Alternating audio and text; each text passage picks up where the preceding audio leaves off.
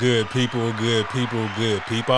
Welcome back to the Gumtown Podcast, episode 193. I'm Doug B. If you tuned in to this podcast, thank you for your time and your attention. I really appreciate you giving it a shot. Today's guest, the founder and owner of Most Productions, LLC. I'm looking forward to this conversation. I'm sure we'll all be inspired by her story. Let's chop it up with Miriah Stacy. Miriah, how's it going? Hey, how are you doing today? Glad to hear that. And all is well on my end, too. First things first, thank you for taking time out of your schedule to chop it up with me. I really appreciate it. Awesome. Thank you for having me. Yes, ma'am. Of course, here to talk about all the great things you got going on with girls on the scene. But before we talk business, let's get to know the woman behind the brand. Born and raised in New Albany, Mississippi. What was upbringing like growing up in the SIP? Okay, so growing up, it was giving. I don't know if you heard that song. It's like a country song, but it talks about like growing up in a small town. But it's basically saying like everybody needs to grow up in a small town at least once in their life, or at least experience it. I feel like it was very the things that I've got to experience growing up in a small town was very, I want to say, like it was gems. It was definitely a lot of gems that I took from that. I don't think if I grew up in the city, it would be the same. I love going to the city, but I appreciate everything that growing up in a small town gave me. It really shapes your character, as well as your mentality about things. I'm not really a materialistic, like, you're not gonna see everything, like you're not gonna see all my cards basically. I could be holding like the best card, and I don't have to show it because I never felt like I needed to. I'm really grateful for things in life that money can't buy. And so I think that's what growing up in a small town gave me. It gave me a sense of good character, and I feel like I'm a genuine person. I try to be genuine in everything I do. Yes, ma'am. That's powerful, and I appreciate you for sharing that. Growing up in a small town, and I wholeheartedly agree. It's definitely a great environment to grow up in. I grew up in a small town right outside of Montgomery called Wall, Alabama, and so I know what that's like growing up in a small town. And I was doing some due diligence on New Albany, and I see as of 2020, the total population was 7,600. So it sounds like that was a small town, close knit village when you were growing up in New Albany. Yeah, it was because I was born in 1997. So I was born in Tupelo, but I was raised in New Albany. So it was definitely, it gave Mayberry. I don't know if you guys that are listening have seen the Andy Griffin show, but that was one of my favorite shows growing up, if not my favorite. So it really gave Mayberry growing up. But it's getting bigger now. I believe like when I was in middle school, high school, those were the best times because of like the football field, the football games. Um, yeah, and I just think it had its ups and downs, but I generally appreciate like the positives side to Yes, it. yes, ma'am, absolutely. And whether it's a small town or growing up in the big city, like every place has its ups and downs. It's about making the most of wherever you're from, and it sounds like that you did just that. Yeah. Okay, good stuff. So you grew up in New Albany and do all your schooling there, and once you finish up high school, did you go straight to college, military, or did you go to work? Well, so I moved around a little bit. So in middle school, I moved up north, and then I came back. I wanted to graduate in Mississippi. After I graduated, I went to the first college I got into was in New York. It was called King's College. It's a private Christian school, but it's an art school. I always wanted to be in the arts. I ended up going there, but not staying there. So I went to Belmont for about a year and a half. Belmont University is across the street from Vanderbilt. It's a really good art. Well, it's not just art. They have a variety of things, but it's a really good school overall. It was just a little bit expensive. So it's a lot of expensive. So I transferred to Mississippi University for Women, and it's not just for women anymore, but it's a good school. The reason I transferred from there was because I had growing up, I really didn't date a lot. So I guess technically he was like my first boyfriend. But it was it was like stalking me and a lot of other stuff. So I ended up transferring from there to Alabama State, which when upon looking at Alabama State, I wish I had to pick that school like straight out of high school because I really felt like I didn't get to experience everything I could have experienced if I just came in as a freshman. Um, but I still made the most of my time there. But it's a really great school. So yeah. And then Okay. I graduated state. Okay, sounds good. What a journey. What a journey you took. I mean, going from graduating in Mississippi, going up north to New York, private school, ending up at Belmont, Mississippi University for Women.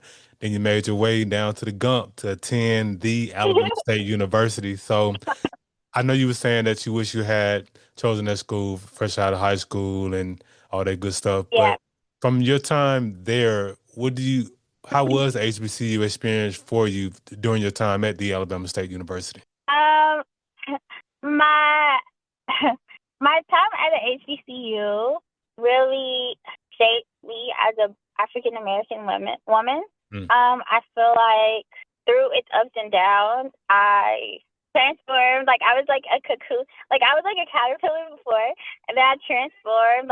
So by the time I left, I was a whole different person. As far as a couple of different things.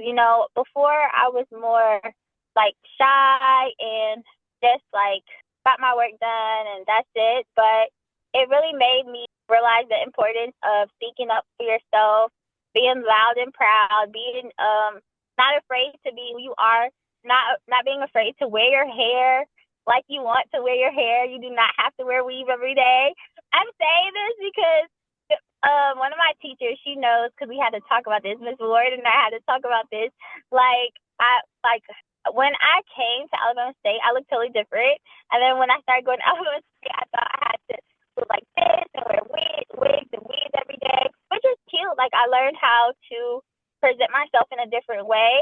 But at the end of the day, I realized the importance of finding my own style, being who I am, and I really found my own sense of self going through the process from Alabama State. And I feel like it's important for girls to know who they are, like not being like what the next girl is like, but actually being who they are. So I definitely have that now. Wow, that's amazing. That's great that you got a chance to find your true self at Alabama State and you got a chance to experience the HBCU experience. And I mean, it sounds like it all ended up working out. I know you were saying earlier that you would have chosen that school fresh out of high school, but I think those schools that you went to leading up to Alabama State, I think those chapters of your life may have helped shape you as well because if you don't go through those chapters, then I mean, it's hindsight is 2020. Like it's easy to say, hey, I wish I would have went straight there, but it's good that you got a Yeah, chance I don't think mentally I might not have been ready. That's to. true. That Yes, is ma'am. true. Because like I said, how my first boyfriend, technical, because I didn't really date growing up, was Mhm. at Mississippi University for Women. If my first boyfriend was in Montgomery, I don't think I don't think that would have been good at all. See, hey, exactly. Like that's my point. But Exactly. no, Yes, ma'am. I'm not. No, when y'all listen to this, they'll be like, "Oh my God, what did she say?" I'm just saying that I feel like as a woman, you really have to know yourself when you Right. deal with guys anywhere, but especially here, like you have to know who you are and just be. And I learned a lot out of mistakes too, but I didn't really date at state. Like I can count on my hand, like the guys like I know, like I didn't really. So I'm Yeah. glad that I kept my yeah. So Yeah. Yeah. No I'm glad worries. I know myself. Absolutely. Like you said, spot on. You know yourself and hey, like you just hit the nail on the head. You got a chance to go up north and get some exposure to New York and then you went back to Mississippi, ended up Alabama State, and everything worked out the way according to God's plan. I mean, nothing makes sense in the moment, but after I go through and we look back, like, you know what? I'm glad my life took that trajectory because had I went the route I wanted to go, I probably wouldn't be who I am. So it all worked out for you. Weapons. Yeah, exactly. Yes, ma'am. So upon graduating from the Alabama State University, were you able to land work in your field? Like, what did you do after you graduated? Okay, so the Alabama State will always be the illustrious Alabama State to me. I'll never like downplay my school. I'll never talk bad about my school because I feel like that's something that you're not supposed to do. I have a lot of respect for my school, and I especially have respect for what they're doing for the students now. I feel like it's tremendous. But I would say when I graduated, I wish there could have been more after school care for graduate, and maybe it was just me. I don't know how the other graduates are doing. Like, I hope they're doing well. But for me, keeping it real, if I didn't have my business, like I started my independent production company while I was in school, and then that's how Girls on the Scene came about, because Girls on the Scene is a branch of the company that caters towards female productions and female projects and events. But if I didn't have my business in production, I would not be doing anything in my field, like, other than when I was going. And mind you, I was doing work in my field before, even before I had my baby. So I never used my baby as an excuse for anything. I would go to Atlanta every weekend to, like, audition for things, to work on set, and I always felt like it was giving, it's not what you know, it's who you know. They really don't care about if you graduate or not. Like, they really, like, the people that I've worked with or been around, and it's really sad because you can be really talented and really educated and not get, and somebody will get a chance before you just because of who they know. I worked around those type of people, and I didn't like it because they usually act a type of way, and I just don't like it. I have connections in the industry, but I never use my connections for personal reasons. And I have standards and I have morals, and not everybody does. So nobody helped me. Long story short, nobody helped me. I really didn't feel like I had support from the people I was working with in the industry either. So I ended up going my own way and continuing my productions. And I'm still trusting God. I mean, I feel like it's taken me far with with the resources that He's given me. But I know I can do so much more if somebody, like, just takes a chance on me, as far as, like, a production or collaborating or just being a part, like, even not necessarily financial, but even just a word. A word can do so much, especially when the person's not in the room. And I never had that, So I just, gave it to God, and I'm not going to stop doing what I love to do based on the fact of, that. I don't make excuses. So that's what it's been like. But that's my honest answer. Okay. No, no worries. And that's what I want from you. Honestly, I appreciate you for being transparent and just talking about your journey after graduating and just hearing. And it's great that you got a chance to start your production company while you were in school and just having that vision. And that's great. And Girls on the Scene being a production company, Most Productions LLC. So I gotta ask you, Mariah, because I'm big on brand names and I'm always intrigued as to how one comes up with a brand name. So share with us, how did you come up with your brand name, Most Productions? Okay, so it's actually my initials. So my first name is Miriah. My middle name is Ocell. That was my grandmother's name. It's very country, Ocell. And my last name is Stacy, so Stacy. So I took my initials, MOST. There was a girl in my class. Her name was Mary Scott. She had the same initials as me growing up. And when we were growing up, I don't know if y'all did this, but we had our cute ways of, like, how we show up and represent in my small town. So, like, growing up, we would have, like, put our letters on our backpacks and stuff. And so she put her initials, and I put my initials as MOST because I wanted to differentiate, like, whose bag it was. So that's where MOST came about. And plus, I love to the most, and in a positive way, in everything I do. I like to work hard. I like to put my best self. I don't, like, kiss butt or anything. I don't do that. But I do like to go above and beyond in everything that I do because I feel like it's necessary. I feel like, why do something if you're not going to put your all into it? So that's what Most Productions mean. I want to put the most into every production, and I feel like I have. I'm working on a documentary actually right now of with a documentary slash narrative movie, short. Well, it's not short actually because it's longer than a short. But basically, I'm working on it right now about working with girls in the scene and the cost of being a boss, being a girl boss, is what it's called. And basically, it goes in detail about what it's like putting in your all into something, and people don't even know like you did all this. They just see the finished product. And yeah, I feel like it's important to put your all into things. So that's what most productions mean. Okay. That's very organic way how you came up with the name. Like it's a play on your initials, and I would have never guessed that. Like that's so dope. That's so great that that's so great that yes, ma'am, that you've taken your name and turned it into a business, and you are right. Like what point is it to show up if you're not gonna show up and do your best and be the best? Because life Yeah. is short and we don't live forever. And I'm definitely not one of those people that and I don't encourage anybody to be quote unquote humble. No, show up and kick the door down and be the best there is. Like all that humble stuff, it gets you put to the back of the line, and people I feel forget you. like it's in the way you do it. I saw a Right. quote. It said, "Rich is loud, wealth is silent." I like Mhm. that. Right. I like Exactly. that. You know what I mean? Exactly. Absolutely. Absolutely. No, that's spot on quote. I guess for me, especially for black people, we're told a lot to be humble and be glad that you're here. Like, nah, I'm here to be the best. Exactly. So that's Be great the best. that I'm here to be the best. Cause Like, you know what? You know what?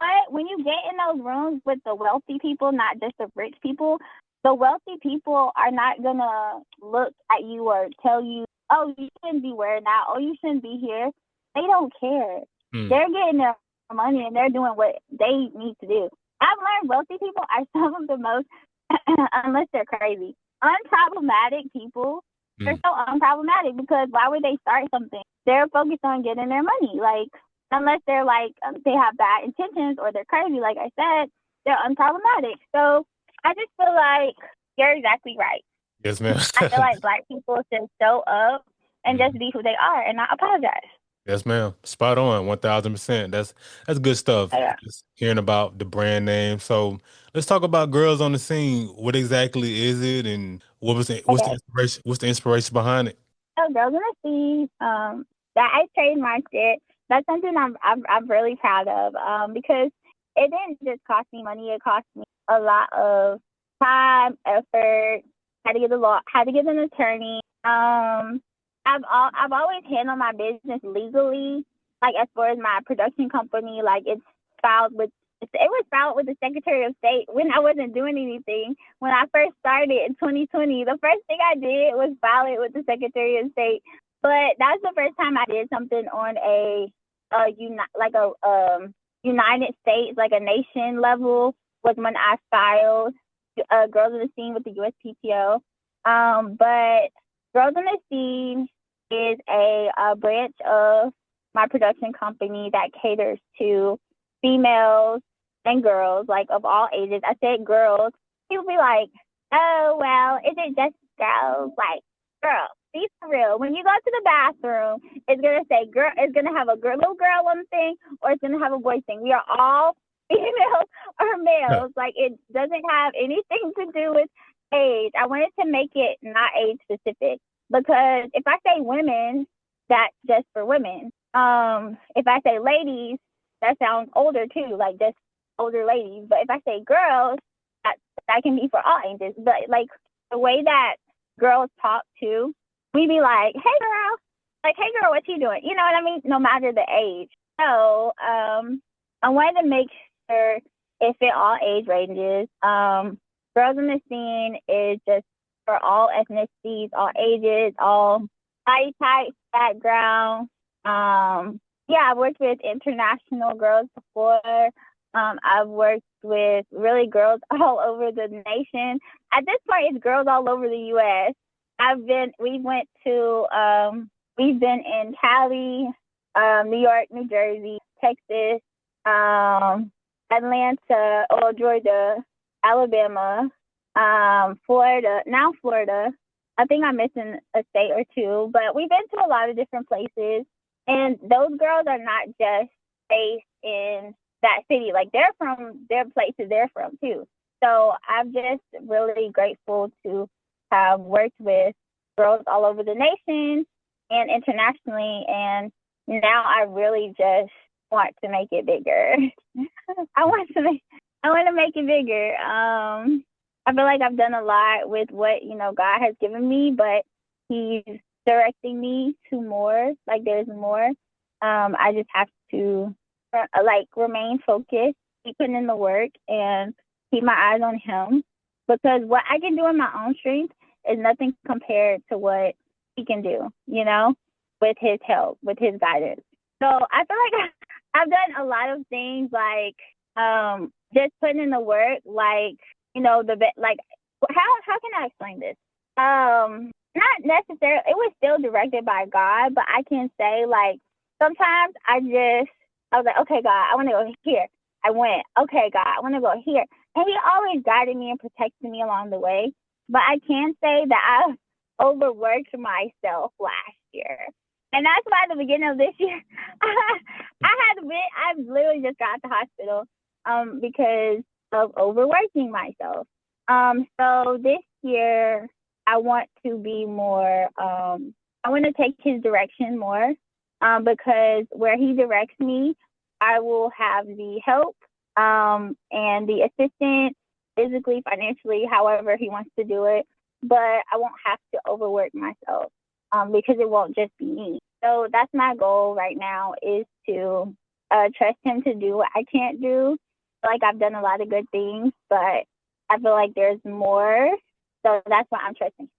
No, and I that's feel like powerful. that question took like a turn. I'm sorry. I No, started talking ma'am. about No, no. God and No, no, that was a great answer. No, don't apologize. That was great stuff. I was tracking everything you was talking about, from how it came about, what inspired it, what Girls on the Scene is all about, and even from the notion of naming the girls on the scene, so it's all encompassing. So to your point, if you say women or ladies, you're leaving somebody out. So it makes sense as to yeah. why you named the Girls on the Scene. And I mean, it's just great that you have this movement that you've created, and it's all about connecting women and empowering women from all across the globe. And that's great that you didn't limit yourself to just Alabama and Mississippi. You've created a worldwide Mm-hmm. movement, and I think that's dope. Can I say something though? Yes, ma'am. Okay, so for all you Montgomery girlies and guys are welcome to come too. I actually started Boys on the Scene too, but we right now we just been doing like group events like with Boys on the Scene. But can I say I want to meet more of y'all, because I don't know, Montgomery has this thing where it's like if you're not, if they don't really know you, or you're not from here, or you're not already popular or established here, it's like they be kind of shy. I'm not gonna say y'all mean, like y'all cool. I've met a lot of cool people here, but like I want to meet more of y'all. I wanna learn more about y'all. I want to, us to collaborate. So if you hear this, hit me up. Girls on the C, not the THASCENE and GIRLS at the beginning. Hit me up on Instagram. I do want to connect with y'all. I'm not a mean girl, so yeah, I'm not stuck up for anything. So I do want to connect with y'all. Okay, sounds good. And I'll definitely put all the social media handles in the description of the episode, and even just hearing you talk about your goals of just following God's footsteps and letting God guide you. I think that's great. And I'm sorry to hear that you were in the hospital, but I'm glad you were able to shake back and come back full strength. And the most important thing is you've learned from that experience, and now you know to move different moving forward, because doing the same thing over and over, expecting different results, that's insanity. So glad that I'm glad that God set you down for a little while, and you got a chance to Yeah, he really got me down. gain He some shut me clarity. down mentally. He Right. shut me down mentally because when I first went in, they pronounced it as sepsis. So sepsis is like when your body is shutting down. A lot of my hair came out. Mm. I still don't know if that's from the hospital or from. I think it was from me being sick. Definitely, I feel like my hairstylist at the time, they didn't know what they were doing either. But I feel like it was from me being sick.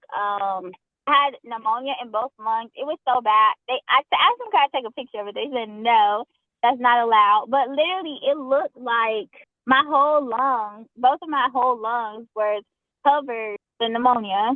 And I learned that I had what is it? A sickle cell trait, which I didn't know the trait could cause things, but the doctor was saying in a regular person, the fungus that causes pneumonia, it was an airborne. So that means I inhaled it. I could just be outside inhaling the air, and it got in my system. But he said that it causes like regular colds in normal people, but because I have a lot like a history of people in my family have had sickle cell. My uncle has sickle cell. My mom's brother, so it's like direct line. I have that trait, so that makes my immune system. It altered me different, and he was thinking of it as like a scientific from a scientific perspective. He was like, I've never seen, and this is crazy because this is like a licensed doctor that has been around for a while. He was like, I've never seen it do what it did to you, and I've never got that sick before. So that being said, I feel like God set me down mentally too. Like I've seen him heal other people, but I've never been sick, so I never really thought about it before. But he is definitely a healer. I feel like he's still healing me. I still have my cough that I work through. I still get a little, have to make sure I'm breathing correctly. But with that being said, whatever y'all see me do this year is not in my own strength. I just want y'all to know that, because I just feel like I had to sit down and realize like I can't do this by myself. Like I need to fully surrender everything to him, to God. My business, my babies, my housing situation, because I just moved out too. I lived somewhere for almost 2 years, and I moved because I don't want to rent my entire life. So everything, I had to surrender everything to God. So wherever he's taking me, I know it's positive, but I know it's not going to be in my own strength. So yeah. That's powerful, and congratulations on. Sounds like you just bought a home. Like you said, you don't want to rent forever. Congratulations on the home. That's amazing. Great Oh, news. we don't speak that. No, I'm not buying. I'm actually building. Building. Okay. Hey, I'm even better. Hey, correct me, Miriah. My bad. You building. That's what I'm talking about. Building from the ground up. I'm in Let me the know something. pre-construction. I'm in the pre-construction process, but yeah, and it's crazy because I'm actually looking to build not just for me, but for I'll get into this at a different time. But I just want to hint at it a little bit. I want, because I have Most Productions. I have Girls in the Scene. So right now I'm working on collaborating with I literally just posted this on my Facebook, but I'm working on collaborating with a contractor or a realtor, etc., or somebody in that line of field, because I'm working on getting some grants right now, because I don't want to just build for me. I want to build for the community. So that, and not just here, because my land is in Mississippi, but I want to do something here with the community that has to do with housing as well. So I'm learning a lot. I'm researching a lot, and I want to connect the dots. So I want to connect the dots of my productions. I want to connect the dots of what I've done for girls in different cities and guys, But I want to connect the dots and make it make sense, because I have been homeless before. And even in this uncomfortable transitional period between like renting and having my own, it is uncomfortable. And just imagine people that don't have any opportunities and don't have a way to build, or people that have never even thought about owning nothing because they've never had the opportunity. Nobody ever gave them the opportunity, and from their what they have going on in their life, they don't have the income, they don't have the credit, they don't have anything to back what they need to, make it a reality. So yeah, But this is a project that's gonna sit. Like I said, this is a project that I want to span different cities because, like I said, my land is in Mississippi, but I want to do because I live here. I want to do some things here with housing as well, and it can branch off into other cities as well. But yeah, that's what I'm working on right now.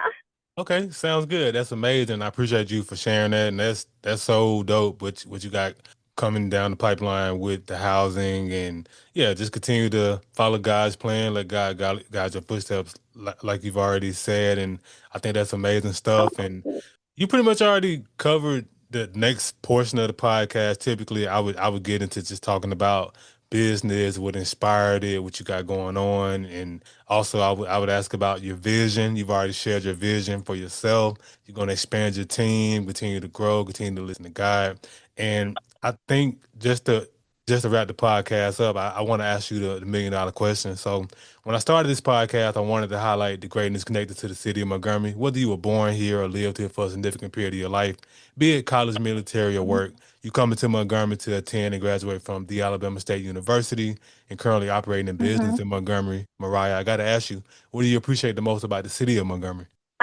Okay, so I it's a funny question because I was thinking about this. So I don't know why it's just on the trash cans, but it's a quote of Montgomery that says it's the city of dreams.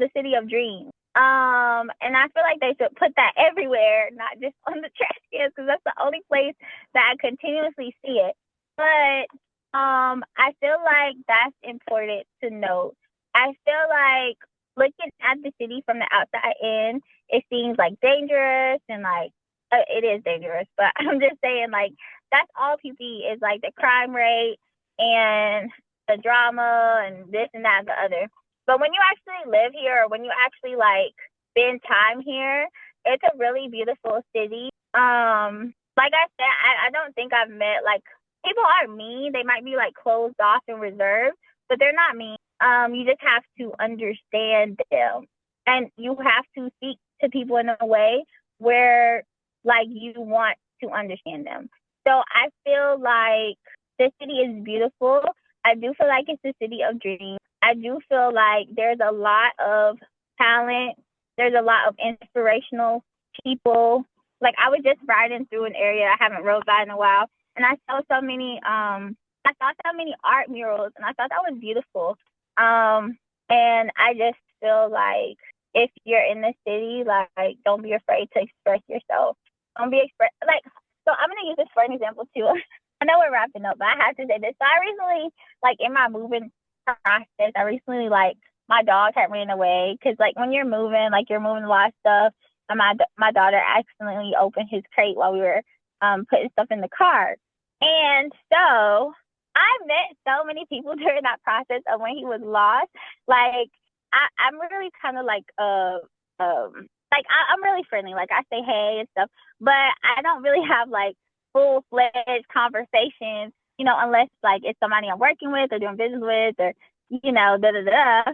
But I met so many amazing people in Montgomery, like those couple days, and from the homeless people I was talking to the people just walking down the street. Montgomery is a beautiful place. You really just have to, like I said, like talk to people and want to understand somebody's story. Instead of just like looking at like the outside. So I feel like more people should give the city a chance. Yeah, Yes, that's ma'am. all I want That's to say about Yes, ma'am. That's powerful stuff. Montgomery is definitely the city of dreams, and I agree. It should be everywhere. It should be a billboard outside of it just being on the trash cans. I agree wholeheartedly, it. and that's amazing that been enjoying your time living in Montgomery. So I know you mentioned earlier how to connect with you on IG. What's the best way to connect with you on Facebook, and what's your website? Okay, so my Facebook is Raya Stacy, RYAHSTACY. I post about God a lot. So don't let that scare you off. That's just me. That's what I love to do. I'm not like a type of judgmental person. I've had all types of friends like over the course of growing up, childhood, just moving to different places. I respect everybody's stuff. I just love God. So if you see that, don't let that turn you off, please. Um, so yeah, and my website is currently I'm transitioning it to the next season of like what I'll be offering as far as Girls in the Scene, most productions and everything. So it's currently down right now. So my Facebook or my Instagram would be the best way. But if you want to do business, I would say just email me because I check my email literally like 5 times a day. Um, Okay. it's Girls in the Scene Tour at gmail.com. And I Okay. know I'm getting a business email, so y'all don't hate me that I have a Gmail right now. Sorry. Okay. Because Sounds I good. heard Gmail is not a real business email, and I'm like, oh, sorry. I'm getting it together. Yes, ma'am. Okay, sounds good. I'll definitely put all of that information in the description of the episode. Hey, Mariah, thanks again for the conversation. I really appreciate you. Thank you. I appreciate this time. Yes, ma'am. Good people, that concludes another dope episode of the Gumtown Podcast. In the meantime, in between time, y'all know what to do. Be blessed, be safe, but most importantly, have the audacity to be you. Go on.